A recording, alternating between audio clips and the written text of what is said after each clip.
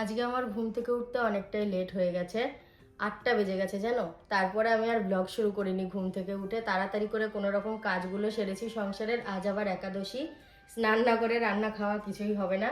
তো সেই কারণে ভাবলাম একচোটে কাজগুলো সেরে নিয়ে স্নান সেরে তারপরে ব্লগটা শুরু করব। এখন প্রায় সকাল 9টা বাজতে চললো, আর আজকে হলো রবিবার, রবিবারের সকাল 9টা।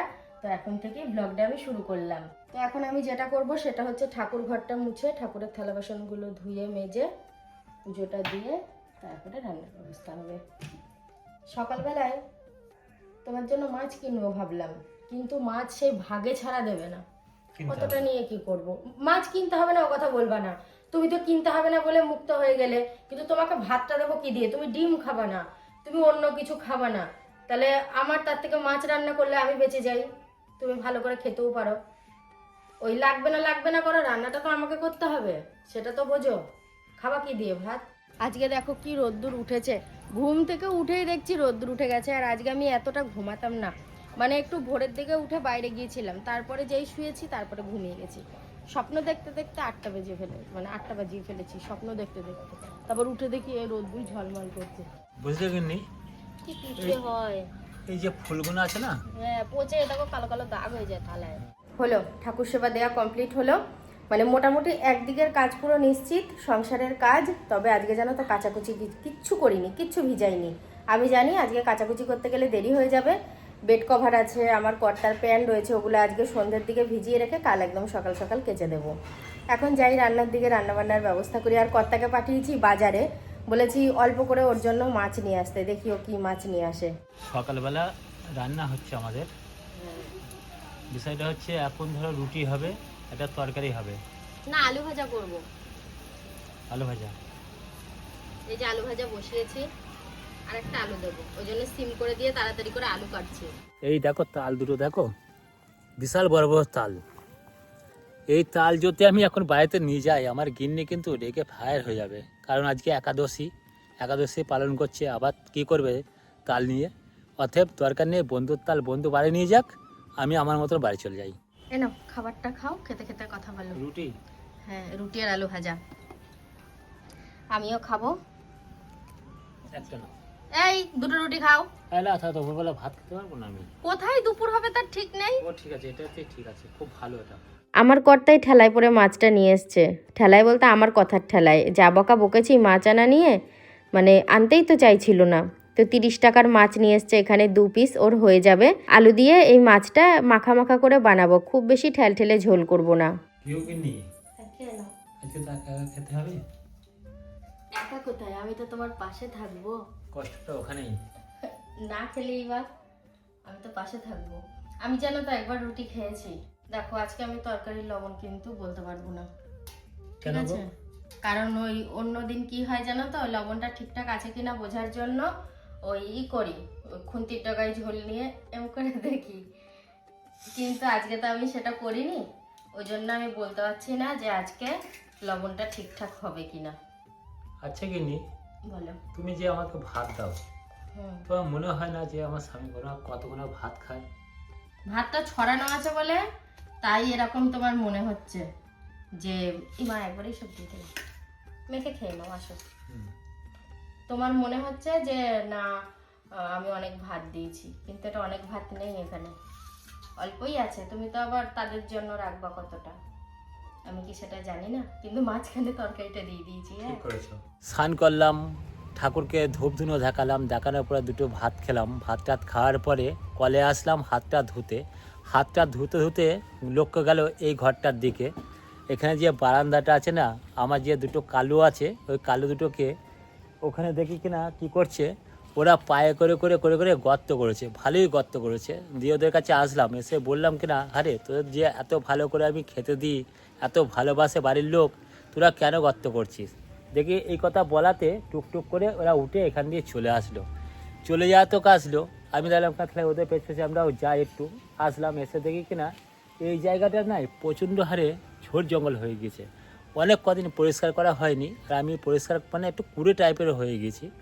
বিষয়টা হচ্ছে দেখি কাল পরশুর মধ্যে এই জায়গাটাকে ভালো করে পরিষ্কার করে 2-1টা বেগুন, লঙ্কার চারা যদি দেওয়া যায়। এখন তো বর্ষাকালে কিন্তু হবে, তাহলে অন্তত 2-1টা যদি হয় বাড়ির লোকেরা তুলে তুলে রান্না করতে পারবে।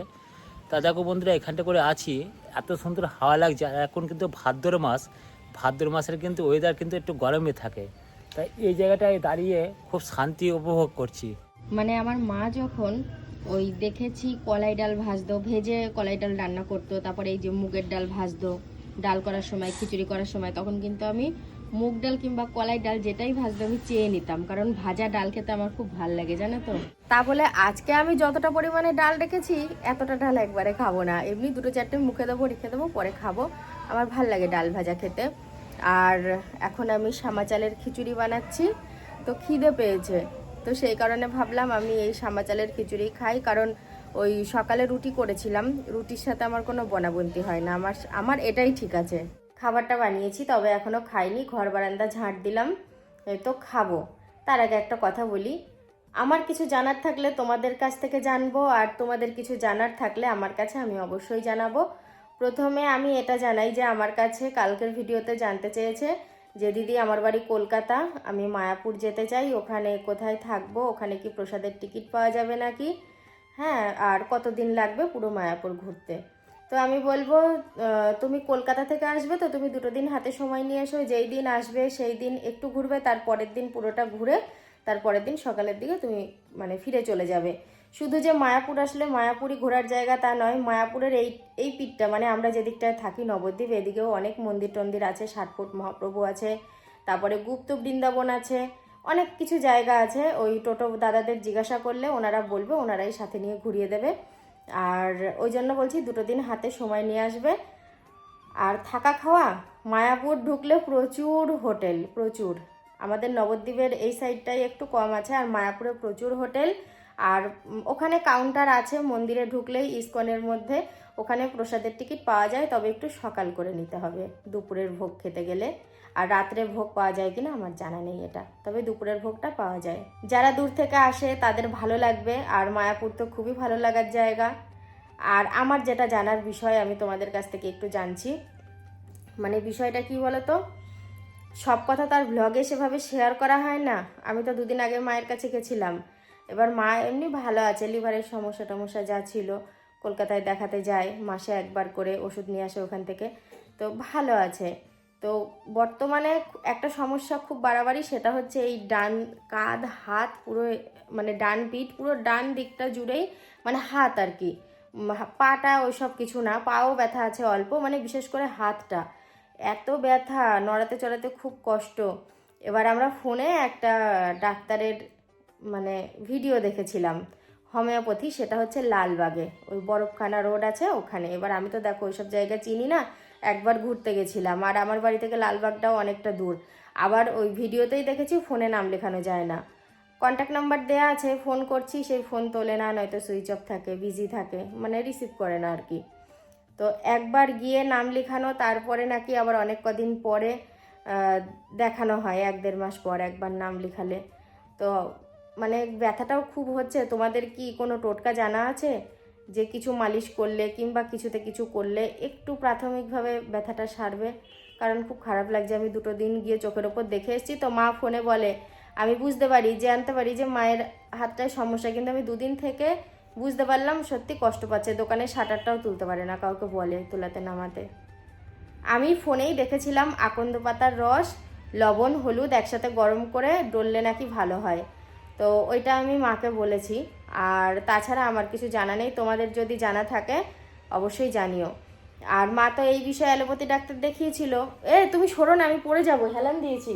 মায়ের ব্যথা তো বহু বছর ধরেই, ডাক্তারও দেখিয়েছিল, সব কিছু রিপোর্ট করানো হয়েছে, রিপোর্টে পেয়েছিল ওই আর্থ্রাইটিস বাত, তো ওই সমস্যাটাই আছে, কষ্ট পাচ্ছে এই আর কি। এমন যদি অনেক কিছু টোটকা থাকে না ফোনেই, এখন তো সব ফোনেই দেখা এই আর কি, তো ফোনেই দেখি যে অমুক গাছের এটা দিলে ভালো হয়ে যায়, এইভাবে এটা করলে ওটা ভালো হয়ে যায়, খুব সামান্য উপায়েই হয়। তো সেরকম হলে তো খুবই ভালো, প্রাথমিকভাবে কিছু সময়ের জন্য একটু সুস্থতা পাবে এই আর কি। আর এই যে আমার কর্তা কিন্তু ভেতরে জেগে রয়েছে, হ্যাঁ, এ দেখো খাবারটা কেমন একটু ঢিল ঢিল হয়ে গেছে, ঠান্ডা হলে আবার একটু টাইট টাইট হবে। তা হোক, অসুবিধা নেই, একটুখানি ঠান্ডায় রেখে দাও। দেখো না, আমি বাইরে গিয়ে খাবো, বাইরে মেঘ করেছে, ঠান্ডা ওয়েদার আছে। আমার কর্তা এখন খাচ্ছে চিকেন পপকর্ন, তো রাজু নিয়ে এসেছিল, দিয়ে প্যাকেটটা আমার হাতে দিয়ে বলছে মামি এ নাও তোমার জন্য এনেছি খাও। তো আমি তো ওকে বললাম যে আজ আমার একাদশী, দিয়ে বলছে কি এই যা আমার তো মনে নেই। এখন থেকে আমার একটা বিষয় নিয়ে খুব চিন্তা ভাবনা হচ্ছে। কি বিষয় নিয়ে জানো? এতদিন তো রাতটা ছোট ছিল, বেলাটা বড় ছিল, যাই হোক রাতটা কেটে যাচ্ছিল তাড়াতাড়ি। আর এই রাতটা যেই বড় হওয়া শুরু হবে, অমনি সন্ধে দেওয়ার পর এই রাত্রির 10টা অবধি 9টা অবধি কাটানো যে কি কষ্টের, সময় কাটতে চায় না। 5টা 5:30টার মধ্যে সন্ধে নেমে যাবে, আর যখন একদম বেলা ছোট থাকবে 5টার আগেই সন্ধে নেমে যাবে, 4:45টায় সন্ধে দেওয়া হয় তখন। তো আমার কর্তার তো যেভাবে সেভাবে কেটে যাবে সময়, আমার কাটতে চাইবে না। আজ তো একাদশী, অনেক আগে দেখতাম, বিশেষ করে আমরা যখন ছোট ছিলাম এই একাদশীর দিন থেকেই পুতুল ঝুলন হতো। বিশেষ করে আজকের দিনটা পুতুল ঝুলন হয়ে তারপরে মানুষ ঝুলন সাজা হতো। আর ছোটবেলায় আমি মোটামুটি সেজেছি কয়েকবার, তারপর আর সাজা হয়নি। আর আমার বড় ঝুলন সেজেছে প্রচুর, তো চাইলে কিন্তু ও এইবারও সাজতে পারে। কারণ আমাদের এখানে একটা জায়গায় ঝুলন হয় ভালো, ওইখানে বড়রাই সাজে, ছোটরাও সাজে কিন্তু বড়রাই সাজে। আর আগে না বেশ ওই বাড়ির মায়েদের কাপড় টাঙিয়ে রাস্তার ধারে প্যান্ডেল হতো, তারপরে দোলনা বানানো হতো, বা ছোট ছোট ছেলেমেয়েরা সাজতো, মানে মানুষজন গেলে পয়সা চাইতো, এই জিনিসগুলো খুব ছিল। আর ওগুলো না দেখতেও খুব ভাল লাগতো, কিন্তু ওই জিনিসগুলো এখন আর নেই। ছোটবেলায় কি করতাম, মেলা খেলা আসলে না, হ্যাঁ, ওই ছোট ছোট পুতুল গাড়ি, ট্রাক্টর, গরুর গাড়ি, সৈন্য, এইসব সব তারপরে সে গর্ত করে পুকুর, তারপরে একটা ন্যাকড়ায় কাদা মাখিয়ে পাটকাঠি দিয়ে উঁচু নিচু করে কার্গিল পাহাড়, পাতা শ্যাওলা আনা হতো, এইগুলো পুতুল ঝুলানো বেশি হতো। তারপরে ওই পুরনো ইটে যে শ্যাওলাগুলো জমতো সেখানে সেগুলো তো বলছি পাতা শ্যাওলা। রাস্তা বানানো হতো, এরকম করা হতো অনেক কিছু। আর তখন তো আমরা ছোটবেলায় রাস্তাকে বলতাম রাস্তা নাই কি আস্তা নাই কি একটা বলতাম, বুঝলে, কথা বেরোতো না সেরকম। তা সেই দিনগুলো কিন্তু খুব ভালো ছিল। আর এখন হয়েছে কি, আমাদের এখানে কিন্তু খুব ভালো ঝুলন হতো, জানো তো। সব পাড়াতে পাড়াতে ঝুলন বসতো, বড় বড় লোক সাজতো, বয়স্ক লোকেরা সাজতো, কিন্তু সব একটা আনন্দ ছিল। কোথায় চলে গেল। এখন শুধু একটা জায়গাতে হয়, যতই ভালো করে হোক এখন লাইটিং বসে, দোকানপাট বসে, কিন্তু সে আনন্দটা নেই। তখনকার মতো আনন্দটা নেই। তখন একটা মানুষের মনে একটা আলাদা রকম আনন্দ ছিল, কিন্তু সেই কত ছেলে পেলেরা ঝুলন করতো, এখন আর কেউ করেও না। সেই জিনিসটা কোথায় যেন হারিয়ে গিয়েছে।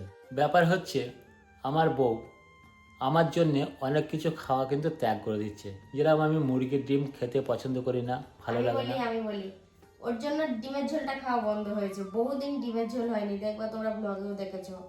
ও খায় না বলে, ইচ্ছে থাকলেও হয় না। আজকে খবর পাওয়া গেছে, আমার ননদই নিয়ে এসছে খবরটা, যে দেশি ডিম পাওয়া যাচ্ছে। ওকে বললাম, বলছে না ওটা দেশি না তো, ওটা পাটনায় মুরগির ডিম। তাহলে কত রকম ভাবে ফ্যাট করছে। ভাবলাম ওই ডিমগুলো এনে ঝোল করব, ও খাবে আমরাও খাবো, সেটা হলো না। আচ্ছা, আমি মুরগির মাংস খেতে খুব একটা ভালোবাসি না। ও খেতে বসে বলে কিনা, দেখো তুমি যদি ছেড়ে দাও একদম, তাহলে কিন্তু আমাদেরও খাওয়া বন্ধ হয়ে যাবে। হ্যাঁ, রান্না করতে মন চাইবে না, কিছু রাঁধলে অন্য কিছু রাঁধতে হবে। ওরা খুব ঝামেলায় পড়ে গিয়েছে।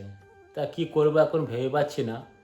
তা মুরগির মাংসটা ছাড়বো না, কারণ তুমি কি আর বেরোবা নাকি? আজকে রাত্রি প্রায় 10টা বাজে কিন্তু। না, আর বেরোবো না, বাইরে বৃষ্টিও পড়ছে। বৃষ্টি হচ্ছে? হ্যাঁ, আজকে আমি বাইরে কম বেরিয়েছি, ওর জন্য রান্না করেছি, আমাদের খাবার করেছি, খেয়েছি দিয়েছি, ঘরেই সারাদিন রয়েছি। আচ্ছা তাহলে আজকের মতো ভিডিওটা শেষ করে দাও গিন্নি। আজকের মতো ভিডিওটা শেষ করে দিলাম। তোমরা সবাই ভালো থেকো, দেখা হচ্ছে কালকে থেকে। সবাইকে গুড নাইট।